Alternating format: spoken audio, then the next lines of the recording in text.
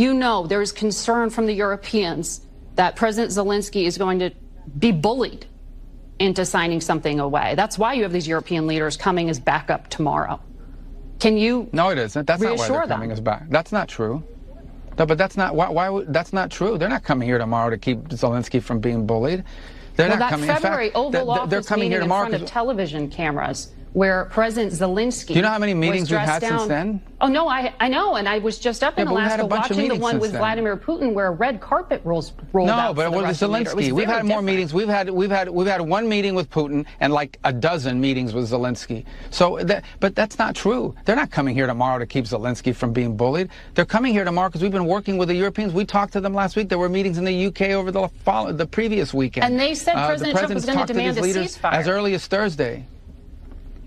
No. But you said that they're coming here tomorrow to keep Zelensky from being bullied. They're not coming here tomorrow. Oh, this is such a stupid media narrative that they're coming here tomorrow because Trump is going to bully Zelensky into a bad deal. We've been working with these people for weeks on this stuff. They're coming here tomorrow because they chose to come here tomorrow. We invited them to come. We invited them to come. The president invited them to come.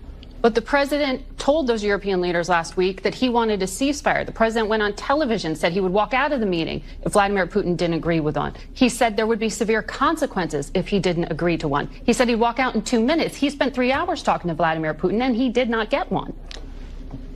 So there's because obviously things happened during that meeting. Well, because obviously look, our goal here is not to stage some production for the world to say, oh, how dramatic, he walked out. Our goal here is to have a peace agreement to end this war, okay? And obviously we felt, and I agreed, that there was enough progress, not a lot of progress, but enough progress made in those talks to allow us to move to the next phase. If not, we wouldn't be having Zelensky flying all the way over here. We wouldn't be having all the Europeans coming all the way over here. Now understand, and take with a grain of salt, I'm not saying we're on the verge of a peace deal, but I am saying that we saw movement, enough movement to justify a follow-up meeting with Zelensky and the Europeans, enough movement for us to dedicate even more time to this. You talk about the sanctions. Look, at the end of the day, if peace is not going to be possible here, and this is just going to continue on as a war, people will continue to die by the thousands. The president has that option to then come in and impose new sanctions. But if he did this now, the moment the president puts those additional sanctions, that's the end of the talks. You've basically locked in at least another year to year and a half of war and death and destruction.